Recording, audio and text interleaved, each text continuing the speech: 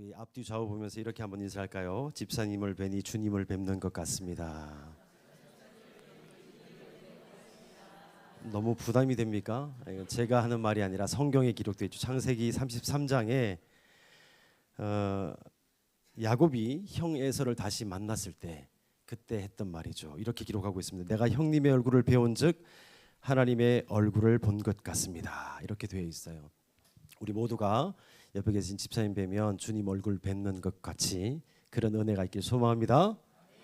한 분만 더 인사합시다. 두 분이 인사 안 하셔서 집사님 때문에 살만 납니다. 아멘. 저는 오늘 하나님 아버지의 기쁨이란 말씀의 제목으로 은혜를 나누고자 합니다. 우리가 기독교 하면 어떤 단어가 떠오르죠? 상징적인 단어가 많이 있을 텐데 사랑이란 단어가 떠오르기도 하죠. 하나님은 사랑이시다라고 해서. 근데 저는 분명히 사랑보다 기독교를 대변할 수 있는 또 다른 단어가 분명히 있을 것 같아요. 저는 그 단어가 뭔가 생각하다가 기쁨이라는 단어를 정해봤습니다. 우리 교회 이름이 주님 기쁨의 교회라서 기쁨이라고 선택한 것 아니고요. 오늘 말씀 가운데 저는 왜 기쁨이 중요한가, 왜 그리스도인들이 기쁨이 있어야 되는가에 대해서 말씀의 은혜를 살펴보고자 합니다. 누가복음을 오늘 저는 성도님들과 같이 보고자 하는데, 누가복음 전체 중에 성경학자들에게 가장 중요한 장을 뽑아봐라, 중심된 장을 뽑아봐라 한다면 여지없이 15장 전체를 뽑는 분들이 대부분입니다. 왜 그런가 하면 오늘 저희들과 잠깐 읽었지만 여기에는 탕자의 비유가 있어요. 이 탕자 비유라는 스토리가 예수 그리스도의 구속 사역에 어떻게 보면 방점을 찍는 그 역할을 하기 때문에 그렇다라고 합니다. 오늘 누가복음을 저와는 15장을 짧게 몇 절을 읽지 않았어요. 하지만 저는 오늘 15장 전체를 갖고 성도님들과 함께 말씀을 보고자 합니다. 오늘 15장 전체에는 세 가지의 이야기가 기록되어 있어요. 그 첫 번째 이야기는 잃은 양을 찾는 목자의 이야기입니다. 양을 잃었다가 그 잃은 양 한 마리를 찾는 목자. 또 하나는 잃은 한 드라크마를 찾는 여인의 이야기가 나옵니다. 그리고 마지막 이야기는 오늘 같이 읽었던 잃은 아들을 찾는 아버지의 모습. 이 세 가지 모습이 기록되어 있는데 왜 이 이야기는 한 비유의 세 부분이라고 이해해야 될까? 비유는 세 가지예요. 세 가지 이야기 있지만 그 중에 중심된 이야기는 분명 오늘 읽었던 잃은 아들을 찾는 아버지의 얘기입니다. 100마리 중에 한 마리를 찾는 것, 10개 중에 하나를 찾는 것, 그리고 2개 중에 하나를 점층적으로 어떻게 보면 상승적인 그런 모습이 분명히 있습니다. 1%, 10%, 50%, 아니 나중에는 50%가 아니라 100%죠. 큰 아들까지 찾게 되는 그런 이야기가 숨어져 있습니다. 오늘 이 본문 말씀은 우리가 읽지 않았지만 성경 1절, 2절, 3절 말씀에 보시면 예수님께서 죄인들을 영접하십니다. 그리고 죄인들과 함께 식사 자리를 마련해요. 그리고 열심히 그들과 잡수고 이야기를 하는 예수님의 모습이 있어요. 근데 그 모습을 보고 불평하고 수군대는 이들이 또 나온단 말입니다. 그들이 누군가 하면 우리가 잘 아는 바리새인과 서기관들입니다. 그들을 향해서 오늘 예수님은 3절에 이렇게 뭔가를 말씀하시기 위해 3절에 이렇게 던집니다. 예수께서 그들에게 비유로 이르시되, 예수님께서 당신께서 하나님 나라를 위해서 어떤 일을 행하셔야 되는데 오늘 그 예수님의 행하는 모습 보고 딴지를 걸고 있는 사람들을 향해서 오늘 예수님은 비유 세 가지를 들고 있습니다. 근데 원어를 찾아보니까 세 가지 비유인데 복수를 써야 될 텐데 오늘 성경 원어에는 복수가 아니라 단수로 쓰고 있다는 것입니다. 그러니까 예수님께서는 이 세 가지 이야기를 한 가지 비유로 그렇게 보고 있다고 보시면 되겠습니다. 이 세 개 비유의 주제는 이런 것을 다시 찾는 기쁨에 있고 이 기쁨을 점층적으로 우리에게 그리고 이스라엘 백성들에게 들려주는 그 이야기가 담겨 있습니다. 오늘 저는 실은 2000여 년 전으로 다시 돌아가서 예수님과 제자들도 있지만 예수님과 제자들 아닌 무리들도 옆에 있단 말이에요. 그 무리들의 모습이 아니라 제자의 모습으로 나는 서 있는가, 아니면 나 한 발짝 물러서서 나도 무리 속에 있는가, 오늘 점검하는 시간 됐으면 좋겠습니다. 먼저 오늘 이 세 비유 속에 등장하는 개념, 중요한 개념이 있는데 그게 뭔가 하면 7절 말씀인데 읽어보겠습니다. 같이 한번 읽어볼까요? 시작. 너희에게 이르노니 이와 같이 죄인 한 사람이 회개하면 하늘에서는 회개할 것 없는 의인 99으로 말미암아 기뻐하는 것보다 더하리라. 아멘. 이 말씀은 뭔가 하면 회개가 무엇인가에 대해서 일깨워주고 있는 거예요. 우리가 흔히 생각하기에 회개하면 내가 잘못한 일을 내가 다시 한번 생각하고 내가 이거 잘못했구나, 내가 뉘우치고 그 당사자 앞에 가서 죄송합니다, 제가 잘못했습니다 라고 생각하는 게 우리는 회개라고 그렇게 정의를 내릴 수 있어요. 그렇지만 오늘 성경에서 하나님께서 말씀하신 회개는 그런 정의가 아니라는 거예요. 다시 말씀드리면 오늘 본문 말씀 가운데 적용을 해보면 회개의 주체가 이런 양이 음매 울면서 목자를 찾아온 것이 아니라 목자가 주인공인 거예요. 목자가 이런 양 한 마리를 찾기 위해서 애쓰고 또 애써서 헤매는 그 모습을 보고 있다는 것입니다. 이 회개의 개념은 내가 뉘우쳐서 되는 것이 아니라 오히려 철저하게 목자가 나를 찾는 개념이라는 거예요. 가만 우리에게 적용해 봅시다. 오늘 말씀 가운데 내가 하나님 앞에 오늘도 예배 드리러 올 때 하나님께 내가 나 이것 뉘우치고 하나님 잘못했습니다, 회개합니다, 나 됐어, 그렇게 만족하고 계십니까? 아니면 주님이 주시는 그 마음이 내 속에 쏙 들어와서 내가 아니라 나는 거부하고 싶지만 하나님께서 강권적으로 나를 인도하시는 모습이 있는가 한번 보자는 것이죠. 하나님께서 우리에게 저에게 회개하게 하시기 때문에 회개라는 것입니다. 이것이 오늘 7절과 10절과 오늘 32절에 반복해서 기록되어 있습니다. 이 세 가지 이야기인데 첫 번째 비유 한번 더 들어가 보겠습니다. 오늘 조금 어렵게 느껴질 수도 있어요. 강해처럼 들려줄 수도 있겠는데 오늘 메모를 하시면서 오늘 저와 함께 한번 나가 봅시다. 우리 목사님께서 늘 쌀밥을 매주 주셨다면 오늘 저와 함께 보리밥도 한번 드셔보시고 또 이런 설교도 있구나 한번 경험해 보면 좋겠습니다. 자, 첫 번째 비유 들어갑니다. 어떤 한 사람이 이런 양 한 마리를 찾아서 목에 메고 오면서 너무 기뻐서 그 이웃들을 다 초청해요. 그리고 잔치를 벌이는 내용이 오늘 본문 말씀입니다. 그런데 오늘 여기에 이런 양 찾으러 간 사람, 그 어떤 사람을 성경 본문 원어에는 남성형어로 쓰여져 있습니다.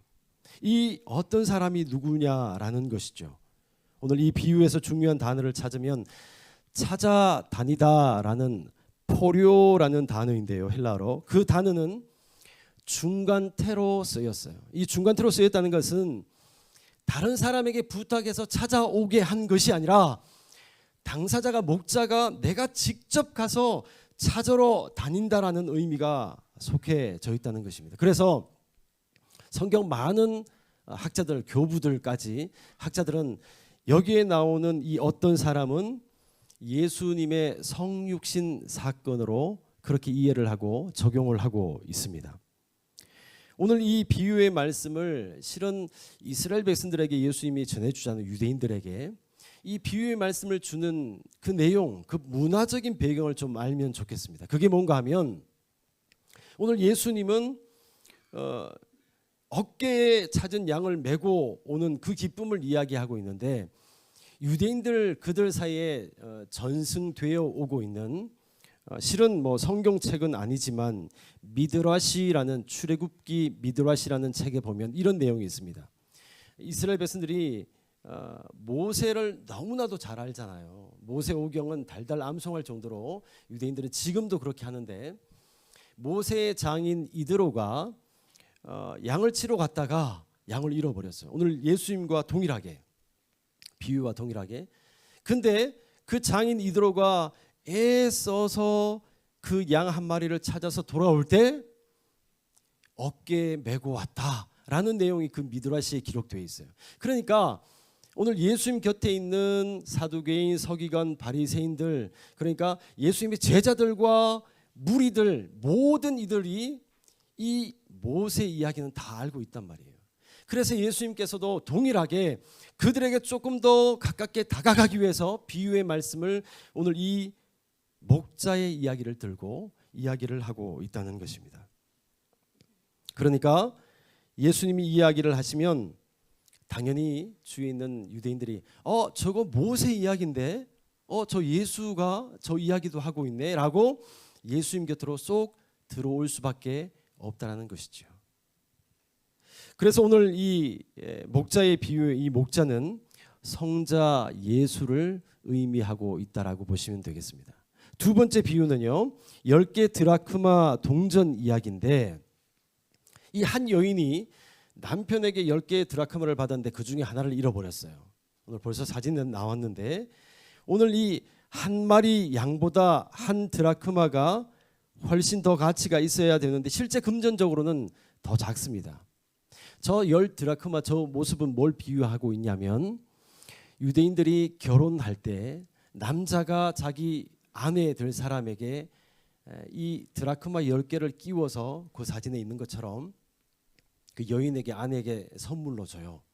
그럼 이 여인은, 이 드라크마는 너무나도 소중해요. 한 드라크마가 실은 한 데나리온이에요. 남자 한 사람의 품삯값이기 때문에 그렇게 크지는 않습니다. 그렇지만 저 여인은 남편이 준 드라크마를 잃어버리면 절대 안 되는 거예요.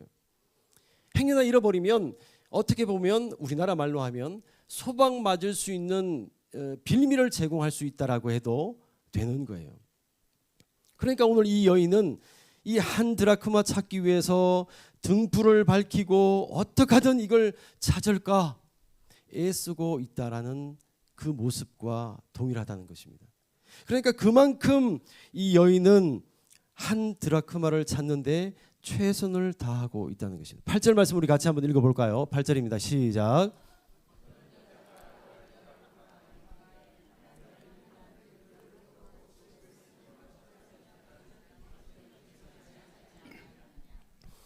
오늘 드라크마를 찾는 주체는 어떤 여자로 되어 있습니다. 여기서 누구일까요? 이 여자는 앞에서 목자 비유할 때 그 남성은 예수를 비유했다면, 오늘 여기서 나오는 이 여성은 여성형으로 쓰는데, 이 여자는 다름 아닌 성령 하나님을 뜻하고 있다는 것입니다. 그 예는 그건 어떻게 그렇게 볼 수 있는가 하면,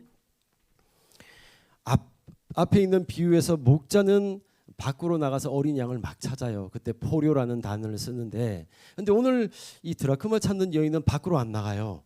집 안에서 열심히 찾고 있습니다. 그렇다면 왜 이걸 성령으로 비유한다라고 이야기할 수 있을까? 여기에 사용했던 찾다라는 단어 제테오를 찾아보니까, 헬라 원어를 찾아보니까 이 단어가 쓰였던 게 구약 성경에도 있는 거예요. 그러니까 히브리어와 헬라어가 다르지만 같은 용법으로 사용한 부분을 찾아보니까 그 원어에 능통했던 캠벨 몰간 교수님이 이렇게 주해를 해놨어요. 성령은 항상 여성으로 사용하고 있는데, 성령에 대해 첫 번째 언급되어 있는 구절이 창세기 1장 2절에 되어 있는데 이렇게 되어 있습니다. 수면에 운행하셨던 하나님의 신이란 말이 이 여성형으로 사용되었고, 이 여인을 성령 하나님을 의미한다라고 초대교회 모든 교부들부터 해서 지금까지 성경학자들이 이 단어가 썼던 부분들은 성령을 뜻하는 것이다 라고 이야기를 하고 있다는 거예요. 제가 조금 첫 번째 비유, 두 번째 비유를 들면서 조금 이거 신학적인 이야기를 하니까 좀 지겹기도 하고 하실 텐데, 이제부터 할 세 번째 비유가 핵심입니다. 첫 번째, 두 번째 좀 넘어가도 돼요. 몰랐어도 됩니다. 세 번째 비유에 이제 저와 함께 나누실 깊은 의미가 담겨 있는데 졸지 마시고 저와 함께 조금만 더 집중해 주면 고맙겠습니다. 오늘 11절 말씀에 보면 어떤 사람의 두 아들이 있는데로 시작하는데 여기서 둘째 아들이 이제 문제예요. 우리 잘 아는 내용 아닙니까? 이 둘째 아들이 아버지가 살아 있는데 자기 재산 달라고 하잖아요. 이 말은 뭔가 하면 이 유대인들 풍습에 의하면 아버지 이제 사실 만큼 사셨으니까 이제 죽으시고 저에게 재산 주십시오. 이 말과 똑같은 말이에요. 실은 유대인들에게 보통 장자는 첫째 아들은 아버지의 재산 3분의 1을 갖고 나머지 남은 3분의 1 갖고 나머지 자녀들이 다 나누어 갖는 게 유대인들의 풍습입니다. 근데 오늘 둘째 아들은 아버지가 살아 계신데도 그 재산 달라고 해서 아주 불효적인 모습으로 해서 자기 재산을 취해서 이 다른 나라로 갑니다. 그리고 거기서 어떻게 했습니까? 돈을 잘 벌었습니까? 아니죠. 흥청망청 살다가 자기가 갖고 갔던 아버지에게 받던 유산 다 날려버립니다. 다 탕진했습니다. 그리고 결국 이방인의 종이 되었다가 돼지 우리에서 돼지 쥐다가 거기서 나오는 쥐염 열매 먹다가 이 아들은 그것도 여의치 않자 이제 아버지에게 돌아오려고 하고 있는 거예요. 자, 유대인들에게 이 돼지와 쥐염 열매는 우리가 생각하는 것과 달라요. 우리는 돼지 하면 어떤 생각이 듭니까? 멀리 할 내용입니까? 아니죠? 삼겹살, 오겹살 생각나지 않습니까? 벌써 뭐 아직 점심시간은 안 됐지만 그렇게 맛있는 음식으로 떠올리지만 유대인들에게 돼지와 쥐염 열매는 아주 상스러운 거예요. 그래서 랍비 격언에 보면 돼지를 사육하는 자는 저주를 받을지어다 라고까지 되어 있습니다. 문화적인 풍습을 좀 아는 게 중요하죠. 오늘 17절 말씀에 이렇게 기록되어 있습니다. 이에 스스로 돌이켜라는 이 구절이 있는데 이 구절 때문에 사람들은 이 둘째 아들이 재산도 없고 쥐염 열매 먹다가 돌아왔구나, 아버지에게 진짜 회개했구나라 생각하는데 그거 아니에요. 여기에 나오는 쥐염 열매는요 아무 보잘것 없습니다. 쥐염 열매는 어떻게 생겼냐면 우리나라 강낭콩처럼 생겼어요. 그래서 성지순례 가보신 분들은 아마 기억하실 텐데 성지순례 가서 한 코너에 가면 버스 기사들이 차를 세워놓고 포대를 갖고 와서 저 열매를 땁니다. 따서 많이 따서 집에 와서 물에 푹 끓여서 그냥 물로 음료로 마실 정도 보잘것없는 그런 식물입니다.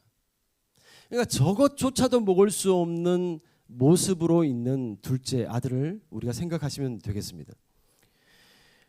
이 부분은 아랍어 번역본을 보시면 이 아들이 자기 스스로 돌이켜 아버지께로 왔다라고 되어 있는데 영어 원문에 보면 He came to himself라고 되어 있습니다. 그러니까 아버지가 어떤 마음을 주신 것도 아니고 자기 스스로 나 아버지한테 한번 돌아가 볼까? 그러니까 오늘 성경 말씀에 기록되어 있는 18절, 19절 말씀에 나와 있는 이 아버지를 향한 아들의 외침은 진정한 회개가 아니라는 거예요. 내가 이방 땅에서 살다 먹을 것 없으니까 그냥 한번 돌아가 볼까? 아버지한테 가서 나 좀 도움을 좀 받을까? 이런 모습으로 18절, 19절까지 기록되어 있습니다. 같이 한번 읽어볼까요? 시작. 내가 일어나 아버지께 가서 이러기를 아버지 내가 하늘과 아버지께 죄를 지었사오니 지금부터는 아버지의 아들이라 일컬음을 감당하지 못하겠나이다. 나를 품꾼의 하나로 보소서 하니라. 오늘 이 18절 19절 말씀을 가만 기억해 보세요. 뒤에 나오는 또 동일한 구절이 나와요. 오늘 지금 이 장면에는 이 아들이 절대 마음속 깊은 곳에서 우러난 하나님이 주시는 회개의 마음이 없다는 것입니다. 출애굽기 10장 17절 말씀에 가보면 바로 왕이 모세와 이렇게 내기를 할 때 첫 번째, 두 번째, 세 번째, 네 번째 재앙이 쭉 이어지잖아요. 그런데 마지막 10번째 재앙 앞에 9번째 재앙 때 바로가 야, 나 이거 안 되겠다. 용서 좀 받아야 되겠다. 라고 하면서 한 얘기가 있습니다. 제가 10장 17절 말씀 읽어보겠습니다. 내가 너희의 하나님 여호와와 너희에게 죄를 지었으니 바라건대 이번만 나의 죄를 용서하고 라고 기록되어 있어요. 바로가 9번째 재앙까지 진짜 회개하고 용서를 구했습니까? 아니에요. 너무 힘드니까 한 번쯤 용서해 줄래? 이 마음이 바로에게 있었던 거예요. 동일하게 오늘 유대인의 둘째 아들이 하는 이 말, 내가 하늘과 아버지께 죄를 지었습니다. 이 말은 진정한 회개가 포함되어 있지 않다는 것입니다. 그 당시 중요한 관습 하나를 이해하면 오늘 성경 말씀을 좀 더 쉽게 이해하게 됩니다.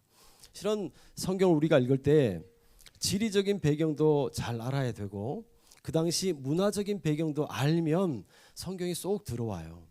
이 성경을 읽을 때 우리나라 문화적인 배경과 지리를 보면 성경은 차츰차츰 더 멀어지게 될 수밖에 없습니다.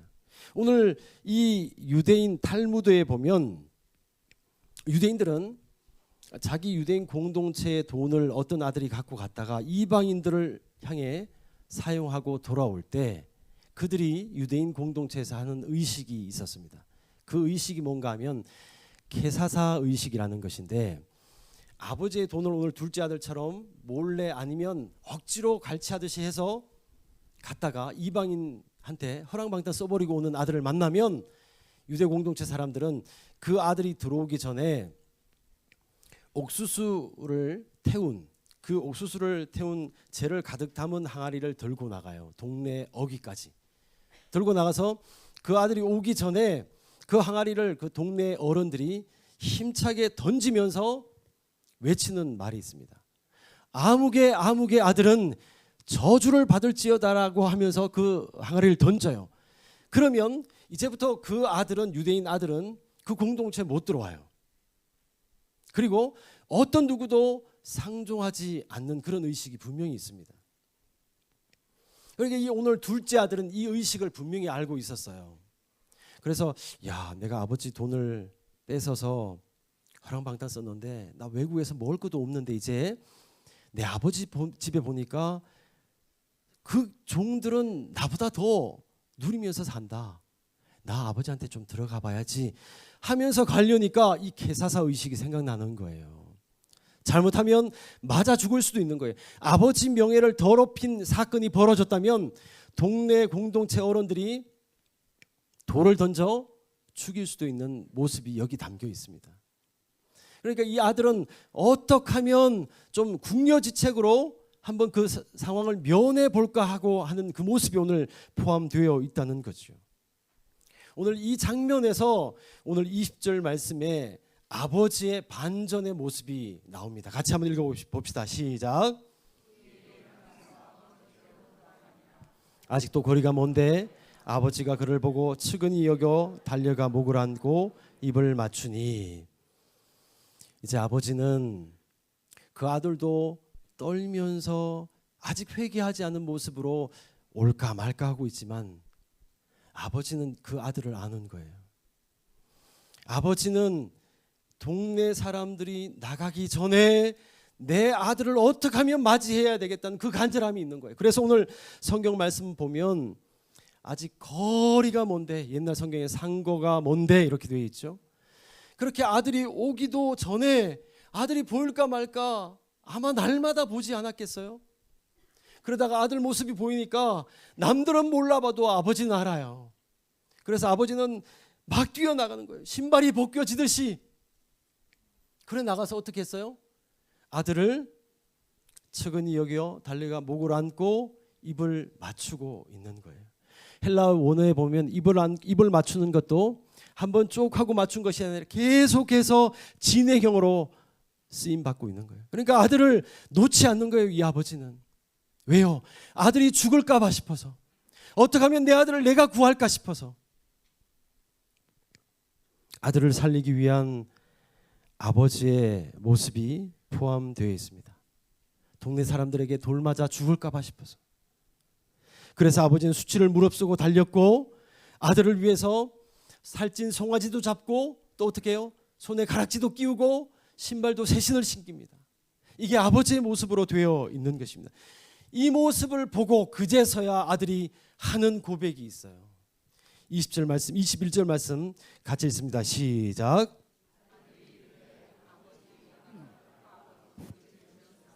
지금부터는 아버지의 아들이라 일컬음을 감당하지 못하겠나이다. 아멘. 좀 전에 봤던 18절, 19절 말씀과 내용은 흡사 같아요. 그렇지만 그때 아들이 했던 그 고백과 오늘 21절 말씀에서 고백했던 이 아들의 고백은 전혀 다른 거예요. 오늘 21절 말씀에서 아버지의 모습을 보고 이 아들은 회개한 거예요. 아, 이게 진정한 아버지의 사랑이구나 깨닫게 되었다는 것입니다. 그리고 이 아버지는 24절에 이 내 아들은 죽었다가 다시 살아났으며 내가 잃었다가 다시 얻었노라 하니 그들이 즐거워하더라. 잔치 배설하고 동네 사람들 초대하고 이렇게 하는 아버지의 이유가 뭐예요? 왜 아버지가 이렇게 하고 있죠? 죽었던 아들, 잃었던 아들 찾았기 때문에 그런 거예요. 사랑하는 성도 여러분, 누가 누구를 찾은 거예요? 이 아들이 아버지 찾은 거예요? 아버지가 아들 찾은 거예요? 아버지가 아들 찾은 거예요. 우리 삶 가운데 한번 적용을 해봅시다. 나는 과연 내가 회개하고 나오는 모습 가운데 내 인생에 주님 나 잘못했습니다 깨우치고 오늘 한 주간 살다가 주일 예배 드리러 올 때 그 모습 가운데 내가 뉘우침으로 주님 앞에 왔습니까? 아니면 주님께서 나를 강권적으로 인도하여 주시고 나를 흔들고 깨우고 그렇게 한 다음에 나를 오늘 이 예배 자리로 이끌어 주셨습니까? 우리 교회는 2025년을 맞아서 새롭게 출발하기 위해서 몸부림치고 있습니다. 예배당도 바뀌었어요. 위치도 바뀌었습니다. 그리고 공동체도 조직적인 부분에 많이 변화가 주어집니다. 여기에 아픔도 있고 여기에 설렘도 분명히 있습니다. 성도 여러분, 그러나 오늘 제가 말씀드렸던 것처럼 우리 기독교 안에는 하나님의 사랑이 중요하지만 그 사랑보다 하나님의 기쁨, 예수 그리스도의 기쁨이 진짜 있는가, 그 진정한 기쁨이 내 속에 있는가 한번 점검해 보고자 한다는 것입니다. 결국 회개라는 것은 아버지가 아들을, 하늘 아버지께서 저와 우리들을 찾는 거예요. 우리가 이것 때문에 나 아파 이거 아니에요. 그거 이제는 다 내려놓아야 됩니다. 그리고 하나님께서 우리 공동체를 얼마나 불쌍히 여기시고 하나님께서 나를 얼마나 어여삐 여기시고 기뻐하시나 그거에 포커스를 맞춰서 우리가 한번 달려가야 될 때라고 생각합니다. 왜 예수님께서 하나의 주제를 세 개의 이야기, 비유를 통해서 말씀하시는지 아시겠습니까? 그것은 다름 아니라 성자 예수님, 성령 하나님, 그리고 성부 하나님 아버지, 성부, 성자, 성령 이 삼위일체로 인해서 이 삼위일체의 그 애절한 마음을 이 세 가지 비유를 통해서 우리에게 들려주고자, 아니 당시 이스라엘 백성들에게 들려주고자 하시는 것입니다. 성도 여러분, 그때 밭에서 일을 마치고 돌아온 큰 아들이 잔치 소리 듣고 종에게 묻죠. 이게 무슨 소리야? 물었을 때 27절에 그 종이 대답하고 있습니다. 27절 같이 있습니다. 시작.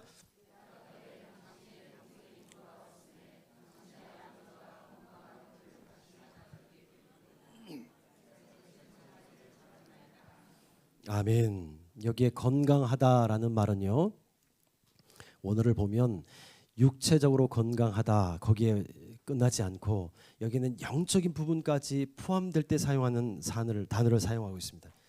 여기 건강하다는 이 단어는 70인역에 보면 총 14번 사용한 단어인데요, 단 한 번도 예외 없이 샬롬이란 단어를 썼습니다. 건강하다는 단어를 왜 샬롬으로 썼을까? 제가 유대인의 비유를 들었죠. 캐사사 죽을 수밖에 없는 그 의식 가운데 오늘 성경 저자는 샬롬이라는 건강, 평안이란 단어를 갖고 와서 이걸 덮고 있는 거예요. 다시 말씀드립니다. 우리가 징계받아야 할 일, 그 일이 이제는 평안으로 끝나야 된다는 거예요. 사랑하는 성도 여러분, 한번 봅시다. 오늘 이 본문 말씀은 저에게 첫 번째 적용하면서 제가 말씀을 준비했지만 우리 가정에 적용해야 될 말씀이고 우리 주님 기쁨의 공동체에 적용되어야 될 말씀이에요. 우리는 죽을 수밖에 없는 일들이 너무 많습니다. 가만 돌아보면 연말 연초 우리 리더십들이 참 힘들어하는 일들이 있습니다. 제가 어떤 이야기를 어떤 사건이라고 말씀을 안 드려도 우리는 다 알고 있어요. 그러나 이 말을 우리는 입 밖에 꺼낼까 말까 하면서 내 속에 골마 있고 그리고 이것 때문에 아파하고 눈물 흘리고 있는 리더십들이 제법 있습니다. 하나님께서는 우리에게, 우리 공동체에게 오늘 이 말씀을 통해서, 아니 예수님께서 이스라엘 백성들, 유대인들을 앞에 가셔서 왜 캐사사 의식으로 죽을 수밖에 없는 그들 앞에 샬롬이란 단어를 갖고 오셔서 너 건강해야 된다, 너 회복되어야 된다라고 그렇게 말씀하고 계십니까? 아니 왜 세 가지씩의 비유까지 갖고 오셔서 말씀하고 계실까요? 성도 여러분, 제가 서두에 드린 말씀처럼 기쁨이 없는 기독교 상상하기 힘듭니다. 사랑은 조금 없을 수 있어요. 우리 사랑의 종교라고 하지만 우리 그리스도인들이 모이면 사랑보다는 다툼과 미움이, 우리는 죄인이기 때문에 더 많이 보여요. 그게 흔하게 접해집니다. 그러나 이 기쁨, 예수님이 주시는 기쁨, 내가 누리는 기쁨, 내가 만든 기쁨 말고요, 나의 기쁨이 아니라 하나님 아버지의 기쁨이 내 속에, 우리 가정에, 우리 공동체에 얼만큼 있는지 보자는 것입니다. 예수 믿는 사람이 그 마음속에 아버지의 기쁨이 없다면 어디 가서 나 그리스도인입니다, 나 예수쟁입니다라고 얘기할 수 있겠습니까? 우리는 질문을 해야 돼요. 교회 다니면서 나 얼만큼의 기쁨이 있지? 오늘 주일 예배 드리러 왔는데 나 기쁨이 있나? 그리고 자문자답하면서 이 기쁨이 내가 만든 기쁨인가? 우리 가정에 평안한 일이 있으면, 직장의 문제가 해결되면, 사업이 잘 풀리면, 내 아들 딸들이 좋은 직장, 좋은 대학 가면 거기서 생기는 기쁨일까? 아니면 하나님 아버지가 진정 나에게 주시는 그 기쁨일까? 점검하자는 것입니다. 오늘 예수님은 그 반대로, 그렇다면 왜 나에게, 우리에게 이 아버지의 기쁨이 없는가 되질문하고 계신 거예요. 정말로 아버지가 갖고 계신, 나를 보시면서 기뻐하시는 그 기쁨이 저와 성도님들에게 있냐라는 것입니다. 오늘 하나님께서 단도직입적으로 묻고 있는 거예요. 죄인아, 네 마음속에 오늘 주일 예배 드리고 준비하면서 하나님 아버지의 기쁨이 얼만큼 있지? 오늘 묻고 있는 거예요. 성도 여러분, 이거 한번 물어보시지 않겠습니까? 오늘도 그냥 왔다 그냥 가시겠습니까? 왜 우리에게 하나님 아버지의 기쁨이 없겠습니까? 그것은 다름 아닌, 우리의 기쁨은 조금 전에 말씀드린 것처럼 늘 내가 만든 기쁨이었어요. 내가 기준 세워놓고 이 기준에 차면 기뻐지는 거예요. 우리 공동체 안에 이만큼 달성되면, 리더십들이 이만큼 하면 나 기쁜 거예요. 그래서 오늘 말씀 가운데는 그거 아니에요. 그게 아니라 오늘 주님은 우리에게 하나님 아버지가 주는 기쁨, 그 기쁨 좀 가지라고 우리에게 말씀하고 도전하고 있는 것입니다. 저는 오늘 역으로 내 마음에, 우리 마음에 하나님의 기쁨이 없는 이유가 왜일까? 역으로 저는 이렇게 봤습니다. 하나님 아버지의 슬픔이 내 속에 없구나. 이것 봤습니다. 성도 여러분, 하나님 앞에 슬픔이 뭔가 하면 창세기 22장으로 제가 한번 거슬러 올라가 보겠습니다. 창세기 22장에는 다른 아버지의 이름으로 한 사람이 등장합니다. 그 아버지는 누군가 하면 우리가 너무나도 잘 아는 이삭의 아버지 아브라함이 등장하고 있습니다. 어느 날 하나님께서 아브라함에게 찾아오셔서 아브라함아, 너 백세에 얻은 그 아들 데리고 너 올라가서 제사 지내라, 번제로 바치라 말씀하십니다. 그래서 아브라함은 그 긴 사흘 길을 뚜벅뚜벅 아들을 데리고 올라갑니다. 그리고 번제를 드리기 위해 아들을 결박하고 아들을 장작더미 위에 눕힌 다음 칼을 뽑아서 마치 짐승을 내리치듯 치고 있는 장면을 보게 됩니다. 렘브란트의 그림이 하나 있어요. 한번 보시겠습니다. 잘 보이는지 모르지만 성화 그린 그림 중에 렘브란트를 저는 참 좋아하는데, 렘브란트의 그림 보면 아브라함이 아들 이삭을 눕혀놓고 칼을 뽑아들 때 천사가 친 것이 아니라 아브라함이 칼을 내리칠 때 천사가 친 모습이 그려져 있어요. 저 그림은 뭘 의미하는가 하면 벌써 아브라함 마음속에는 이삭 아들은 살아있어요? 죽었어요? 죽었어요. 벌써 이삭을 위해서 아브라함은 내리치고 있다는 것입니다. 아브라함이 내리찍을 때 천사가 손을 내리치고 있는 것입니다. 그리고 하나님께서는 그 아브라함의 모습을 제하시고 하나님이 준비한 순양 한 마리를 대신 번제로 드리게 하고 있는 거예요.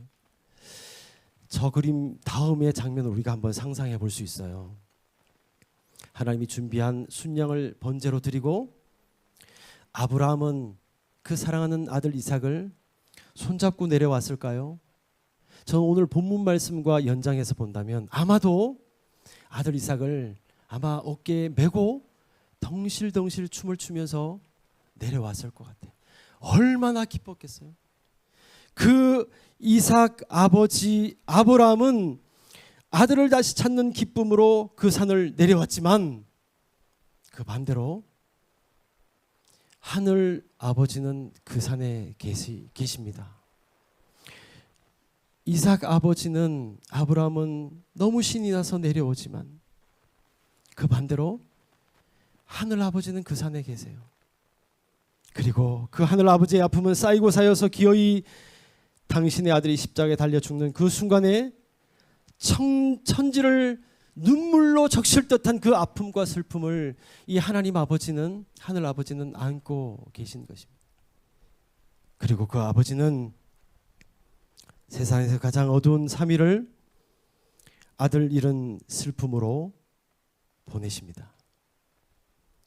성도 여러분, 이 아버지의 아픔을 얼만큼 이해하고 품고 계십니까? 하지만 그 아픔으로 끝납니까?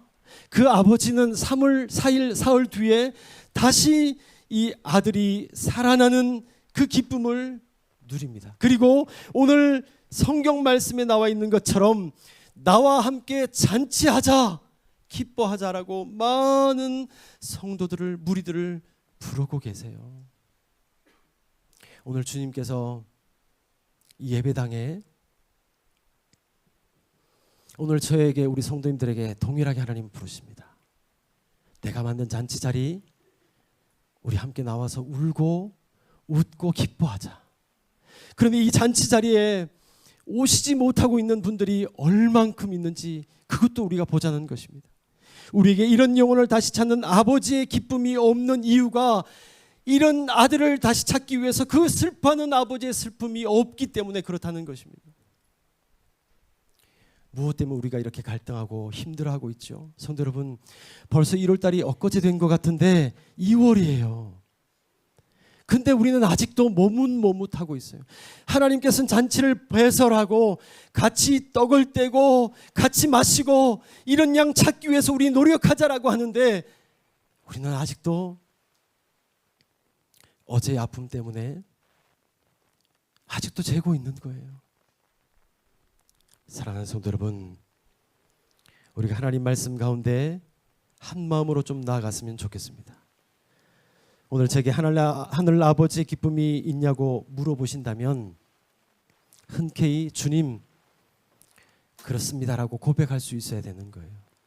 하나님, 돌아오는 한 영혼 보고, 돌아오는 한 가족 보고, 돌아오는 우리 다락 식구 보고, 내가 기쁘지만 나 말고 하나님이 더 기뻐하시는 그 모습 보고, 주님이 기뻐 춤추시는 모습 보고 나도 춤추겠습니다. 그 마음으로 우리 준비하자는 거예요. 이젠 더 이상 머뭇머뭇하실 때가 아닙니다. 하나님 말씀 앞에 굴복하고 제게 허락하신 그 한 영혼 기억하면서 하나님 앞에 나갈 수 있는 저와 우리 모두가 되기를 주님의 이름으로 간절히 축원드립니다. 우리 찬양하면서 하나님 앞에 한번 나갈까요?